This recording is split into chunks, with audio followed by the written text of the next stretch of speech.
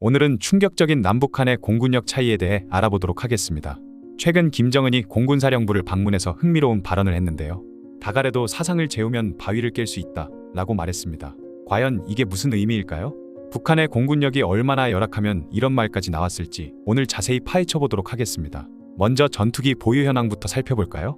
대한민국은 F-35 스텔스 전투기 39대를 보유하고 있습니다. 이 전투기는 현존하는 최강의 전투기 F-22 랩터와 비교해도 공대지 능력이나 전자장비 면에서 우위에 있는 부분이 있을 정도로 뛰어난 성능을 자랑하죠. 심지어 F-22에 적용된 일부 기술은 F-35 개발 과정에서 얻은 신기술을 역으로 적용한 것이라고 하네요. 여기에 F-15K 59대, F-16 166대 등 최신의 전투기들을 운용 중이죠. 특히 우리의 F-16은 최신형인 F-16V로 개량이 진행 중입니다. 반면 북한군은 어떨까요? 북한의 주력 전투기는 미그-29 40대인데 이 중 24대는 정비불량으로 사실상 고철이라고 합니다.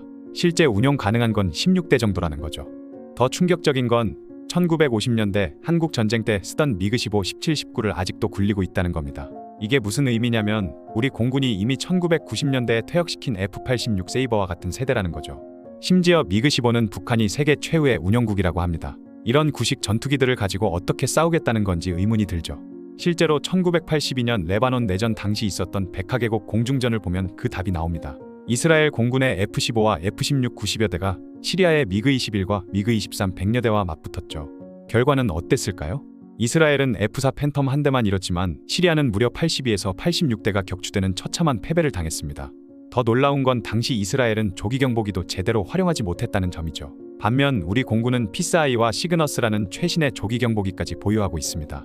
특히 피스아이는 2021년 기준으로 2기를 추가 도입하기로 했고 2027년까지 총 4기를 더 들여올 예정이죠.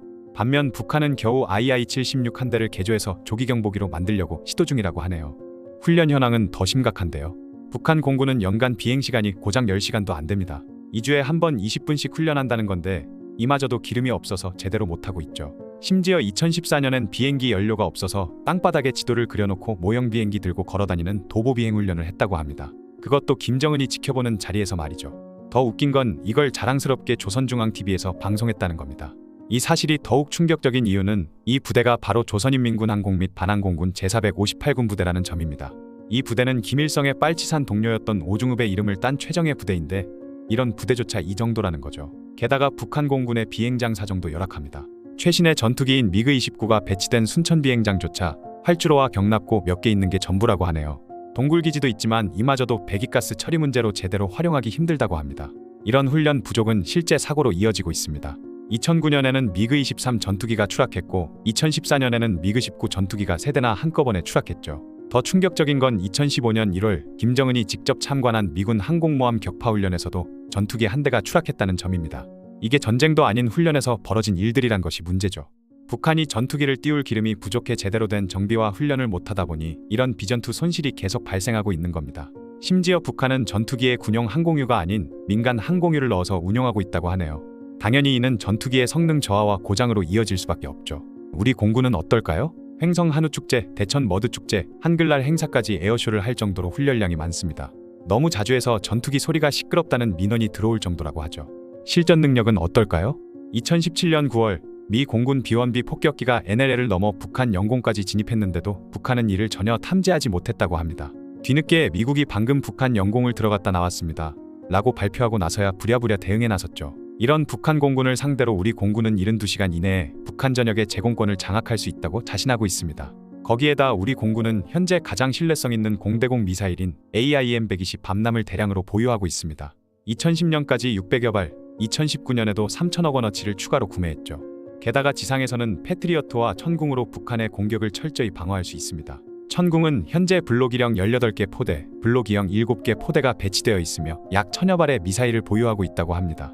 여기에 고고도 장거리 요격체계인 LSAM도 곧 실전 배치를 앞두고 있죠. 이제 왜 김정은이 닭알에도 사상을 재우면 바위를 깰 수 있다 라는 말을 했는지 이해가 되시나요? 북한도 이미 자신들의 공군력이 얼마나 열악한지 잘 알고 있다는 뜻이죠.